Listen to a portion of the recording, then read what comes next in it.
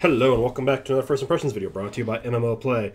Today we're taking a look at a free-to-play browser-based CCG available over at Kongregate called BloodRealms. This is going to be a lane strategy game. There's basically, as far as I can tell, three kinds of card games. You got the magic types, you got the lanes, and you got the board games. This one is going to be the lane ones, similar to Soulforge for fans of Stoneblade Entertainment. So let's look at the basics first. I'm going to start with the UI, deck editor, and all that. First thing is, there is a progression system, so there's a bit of an MMO element to it. You gain levels, which will increase your stats. So my starting blood is 0, which we'll look at. My starting mana is 0. I do 44 damage, have 550 life. These stats will increase as I gain levels, and as you gain levels, you'll get the higher tier of Pawn. Right now I'm an Acolyte. You can go all the way up to, I think, God. Also, your abilities will increase as you level up, too. It looks like I can get Scroll of Insight eventually. It'll cost me a blood. I can draw a card. Choose an enemy allies. Return to your opponent's hand so I can do a bounce. And then for the deck, you have pool of cards here. Right now I got Infuse, which will buff my allies. So that's one of the types. You got Soldiers. This is their mana cost, 30. Their attack, 30. Their life, 30. Unlike many CCGs, guys do not have Summoning Sickness. They come into play and they immediately attack. Also, one thing you'll notice is he's level 1. Yes, cards level up too. You sacrifice cards that you open in packs to level up your characters. So, for example, can I scroll over? No? So I have a Mage Apprentice level 2. She is 25, 22, 33. Level 1, 25, 20, 30. So the level 2 version has 2 more life and 3 more life and 2 more damage.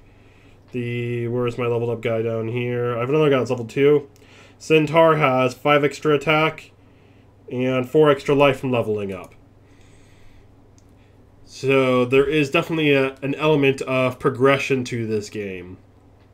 You spend coins, which you earn in-game. You get silver for in-game. There's also gold and then skulls. Let's see if we can spend our silver on. You can buy it for gold. And gold we'll look at in a minute. Whatever. Skulls. Can't buy skulls, you have to earn them. And gold. Gold costs you creds, which is the Kongregate currency. That's the premium currency. Let's get out of the deck editor and go into the Forge. So the Forge is what lets you level up your cards. So like her, I could level her up. She gets an experience bar. I sacrifice cards I'm not using. You cannot use your starter deck that you get for free to sacrifice cards, unfortunately. You also go to the market. You can buy stuff. These cost the different currencies here, booster packs. This one costs 5,000. I don't quite have enough. How about we go and take care of that in a minute. Champions at your starter decks. And then potions, you get some boosts. Next thing we're going to do is going to look at campaign and quests. So quests give you extra silver. This one is get 1,000 silver for defeating the Minotaur. Well, chances are in the campaign that Minotaur is one of my next enemies, so we're not going to do him right now. We're going to do the cavalry. There is an energy system in the game. I have 100 energy. When your energy runs out, you just can't do stuff for a little bit. You can refresh it with a potion. This is going to be a simple game. AI is pretty easy, especially at this early and difficult in the campaign. So this first thing you're going to notice is there are 4 lanes plus your hero. Every time on your turn, your guy attacks. All your guys attack. You do not attack on your opponent's turn like Soulforge, only your own. Also, we're going to have abilities that are unlocked through blood, which you earn every turn. And right now, I have 1 blood. Actually, you earn it when you get hit. No, it's every turn. There we go. So I have 2 blood. When I get to 3, I can use my ability, which gives me 25 extra mana. Think of 10 mana as kind of 1 for a magic type game. So it's really kind of 2.5 mana. On top of that, you got to play guys in your different lanes, and there is no Summoning Sickness. So I could just drop them and they attack immediately. The stats on the bottom of the cards are the mana cost 30, the damage 30, the life 30. You saw my guy didn't take damage. He will absorb it though, so that guy right there, he hit me for 15 twice because he had speed. Speed's a double attack. So it costs 35 mana, hits me for 15 twice, and then has 35 life. My guy only had 30, so he died. I'm going to go ahead and use my ability, which will give me extra mana. I'm now up to 60. I can choose to cast my big guy over there. It's a 60-40, kind of like a 6-4 for fans of Magic. I could also play Cavalry, which similar to his. I could pop his guy back to his deck with that, and I actually might do that. His guy costs 35 mana. The Disenchant costs 20, so it kind of gives me a net of 15. Also, it ruins his draw. He's going to redraw that card, or Dimensional Rift.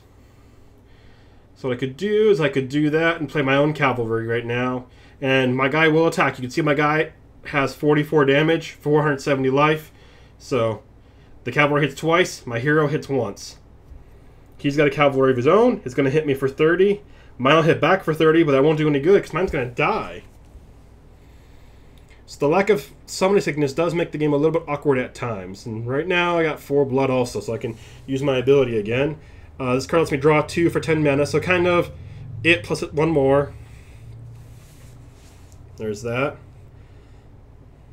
Use my ability to bring me up to 60 mana.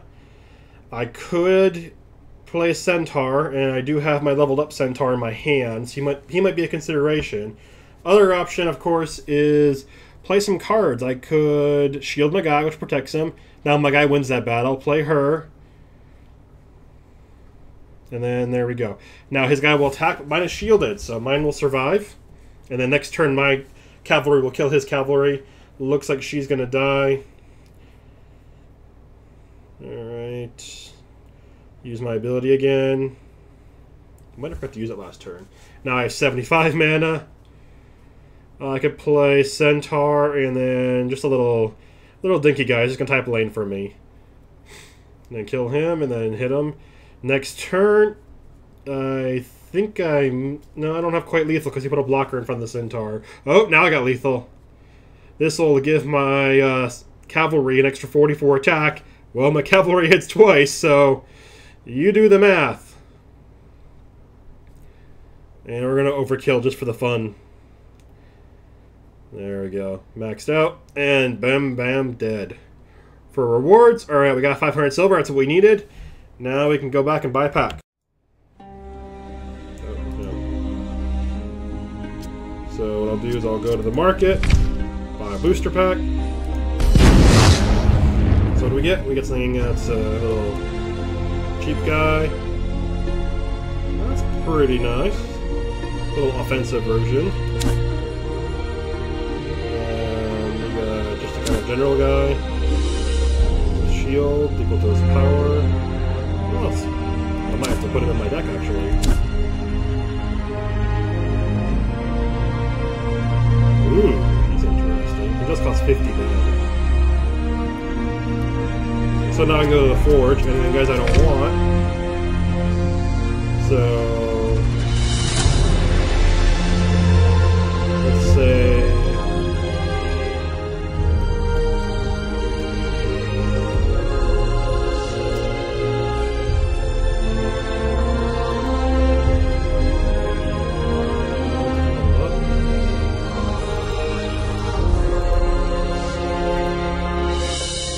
there we go, that's what I wanted. So I want to level this guy up. Select a card. And then I can start feeding him cards I don't want. So I can do something like this. I could feed him that. And it'll give him experience. He's now level 2. Maybe I want to level him up one more time. Select a card. And I'll feed him a rogue. It'll level him up again. 3. That's gotten better. And you see he's now 2 stars, which means he's probably worth more experience than somebody else. So you can just go ahead and progress like that. And on top of that, let's get out of here. My character has gained a little bit of experience. Getting almost halfway through Acolyte. At that point, my stats will increase. Maybe I'll unlock one of my other abilities. Go ahead and check it out. It's available for free. For the content, stay tuned to more from MMO Play. Thanks for watching.